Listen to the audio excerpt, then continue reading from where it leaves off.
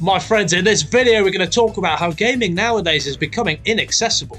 I'm also going to tell you some of my personal life stories with gaming and how it shaped me and changed me as a person. And I'm also going to tell you about some of my favourite games and stages of gaming that I went through in my life. So don't forget to subscribe to the channel to don't miss any more of this exciting commentary content. And also don't forget to like the video, because the story has it that if you like the video, Tooth Fairy is going to come around tonight and tickle your bum.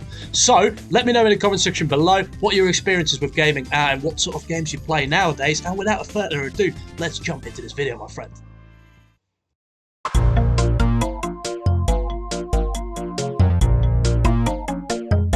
My friends, welcome to another video. You can see I'm once again outside, and once again my excuse is busted up as angle, but the bloody tree branch is my tripod. So hold on there, Tiger. I mean, first we're going to look at the price of these games. I mean, £75 for a physical version. Nintendo, you're taking a piss here. Come on, man. Donkey Kong, £67 for a physical version, man. Bitchy, this is a joke at the moment. Oi, anyway, let me pass you over to the man outside so he can explain why this is an absolute joke. Right, picture this. Who do you think yourself is the average consumer for Nintendo products, for the Nintendo games? Mario Kart, the new Donkey Kong game, etc. Kids, children. Nintendo is a family console. They market to children. And wouldn't you think that if they were a family console, they wanted to keep up this market, they would leave the prices as they are? You see, the problem we've got here now is that Nintendo is going to be able to get away with it because of their absolutely unbelievably naive fan base. And I'm sorry to say it, but I just have to say it, all right? Before I've come out here, I was on Reddit, just randomly scrolling people's thoughts and what people thought about these price hikes. And just look at this. Mate, comments like this just boil my piss. Way cheaper than Mario 3 at $60 when it came out in 1988. That was a huge expense back then. The fact that the games today cost the same as an indicator that games have become much cheaper. Raising the price seems reasonable. Alright, Bobby, do you want them to pull your pants down and smash you even harder? Like, I don't get it. Why are people defending this corporate greed? I just can't put one and one together and figure this out. I mean, someone explain this shit to me. Well, here's another genius. Due to inflation, $60 in 2017 is equivalent to $78 today, meaning there has been essentially zero increase in the real price of Nintendo games. Brother, are you dumb? Do you not realizing that the inflation is caused by these idiots that run your countries that you vote for? These people that are printing money like it's candy, essentially, like it's the fucking tickets in an arcade, is the reason why you can't afford to pay your bills, you can't afford to pay your rent, and the reason why the games are going up. So the people are shafting you, and you're actually defending them as well and saying, oh, it's actually alright, there's no problem with that, it's okay, keep going. I mean, so many people are naively defending this massive corporation, which realistically has just absolutely scammed people out of money for decades for taking away products, giving them less for the money they pay for, and they're just headlessly defending these massive corporations like they are their friends. I think people need to wake up and realise that these corporations, all they give a shit about is your money, brother, okay? They don't care about your loyalty. They don't care about whether you're going to buy their games, because there's going to be a billion other people who buy their games anyway. I'll give you a very interesting story as an example of this whole situation, which I think is going to happen in the gaming industry in general. This phone that I'm currently filming on was the first phone to cross the $1,000 price mark, okay? When this phone first came out 4 years ago, 5 years ago when it first came out, all the other competition, all the other manufacturers, Samsung, etc., the first marketing was, this is way too overpriced and we can make a better phone, more packed out phone, better equipped phone for cheaper. And look at the phone market now. How much does an average phone cost nowadays? £1,500, $1,500? They followed suit because no one complained, because people still bought their products. Now the problem is that these other companies are now obviously going to follow suit, and we're essentially going to end up with having to get a mortgage out to pay for games. Do you know what I mean? I mean, we're already at a stage where companies like Klarna, which is ridiculous and essentially responsible for getting people that are silly enough in debt. And the problem is, we're now going to have this with games. We're going to have games that you can buy for monthly payments, etc. And I mean, guys, we need to abolish these companies, man. These are horrible corporate greed companies which are capitalizing on people's financial inability to essentially figure out where their money's going and how the money works. And these people are capitalizing on people's pain, misery, lack of money. Fuck these companies, man. We need to abolish these things. Imagine being a kid wanting to play a new Nintendo game coming out, like a bloody Mario Kart, and trying to convince your parents to pay $80 bloody for a game like 4 times a year. Do you know what I mean? Like, essentially we're going back to the times of being able to afford 1 or 2 games per year. That's it. Anyway, that's enough of my rant about video game prices and the current market and inflation and people defending these corporate companies which are ripping people off and mugging them off and laughing in their face. Let's move on to some more positive shit now. And I'm going to talk about 5 stages of gaming and how that directly ties into 5 stages of my life and what I was going through at the time. Now, my gaming story starts somewhere in the early 2000s. Let's say back in 2003. I could have been 3 or 4 years old, and I remember my earliest gaming memories were on the old boxy PlayStation 1. I used to have a Spider-Man logo on my PlayStation 1. And the earliest memories of gaming I remember growing up was waking up on Saturday morning at 6 a.m. to wake up for Tom and Jerry and other Tom and Jerry or Sonic and other cartoons that I was watching. And as soon as that would be finished, I would hop into my parents' bedroom where the PlayStation was located, and I would sit on the floor and I would game for the next 3 hours until my parents wake up on a weekend. And that would mean so much to me, man. That was an escape. Crash Bash, by the way, insane game. Absolutely love that game. I've got such incredible memories from my childhood playing in a commie block with my neighbour's floor above me, neighbour's floor below me. We would just get together on the weekends and spend hours and hours and hours, if it was raining outside, maybe 10 hours on PlayStation 1, you know, with multiple controllers playing these Crash games, Crash Bash especially. I mean, I remember the original Crash Bandicoot I used to play on PS1. Man, that game was tough as you got into the later levels. That game actually became difficult, okay?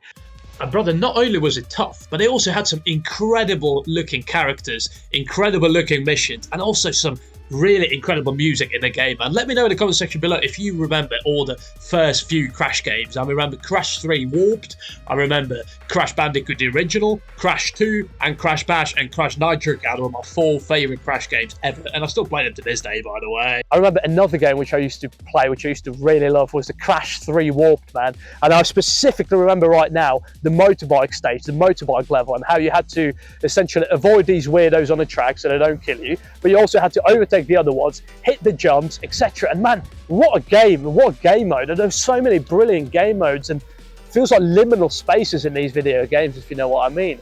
These very unique level created, these very unique level designs and very unique bosses that you had to beat. I remember one of my favorite all-time bosses in any video game that I had to beat was in Crash 3 Warped, I believe. It was Coco and Crash in a spaceship, and you had to beat this massive robot, which I'll try and show on the screen right now. And man, I remember as a kid, I've redone this level so many times because it was actually quite tricky to do.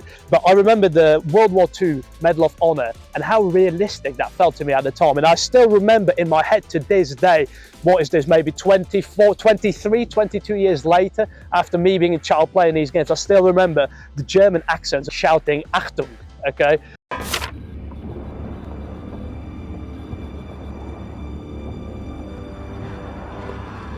Hi. Hopefully YouTube doesn't snipe at me for that previous clip. But anyway, carry on, my wayward son. Jurassic World, that was a scary game that I used to be really scared of back in the day, man. That scared the shit out of me. I remember having to go floor below and calling my mum to pick me up from the lift because I thought the dinosaurs were going to eat my ass.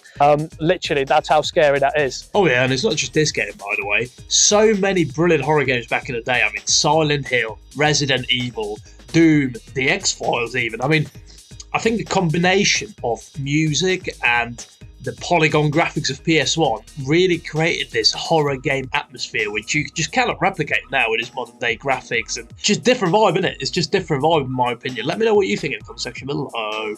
By far the best ever racing game I've played in my life, and still will say the same to this day, and that is Gran Turismo 4.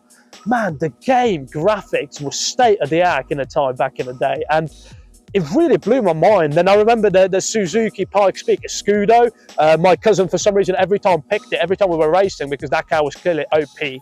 And he was just completely destroying me. And I just not understand how this bloody Suzuki hatchback is beating my supercar. Around about the same time, I got introduced to a little known game called Counter bloody strike.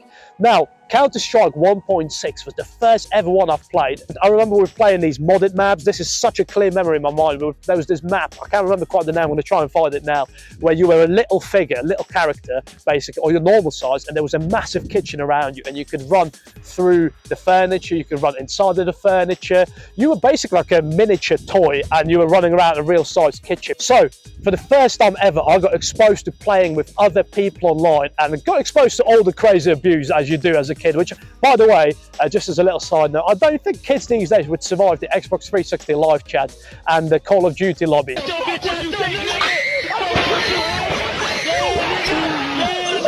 I started dabbling in Xbox 360 live chats, online gaming, and as we all know, that went very well, hasn't it?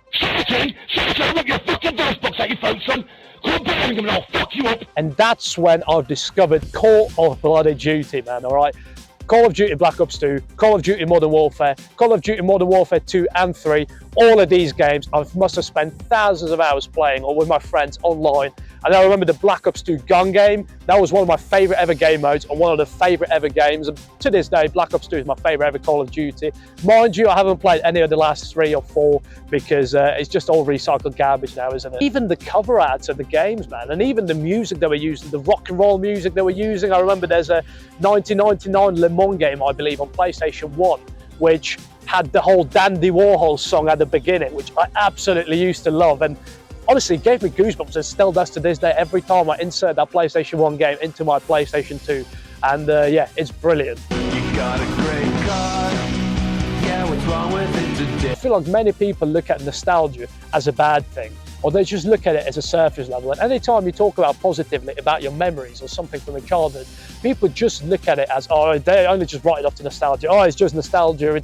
It wasn't actually that good. But why don't those people explore those nostalgic feelings? Why don't they explore that emotion and what it invokes in you, man? Because I feel like nostalgia is one of the strongest emotions we're able to experience as humans. Oh, and isn't it just, man? I mean, all I play recently, to be honest, is just PlayStation 1 and PlayStation 2 games in the evenings. And man, not just are they amazing games, but also the nostalgia works as a time machine. It takes me back to my childhood when I was first playing these games. And it works over and over and over again, and I encourage everyone to explore these nostalgic feelings.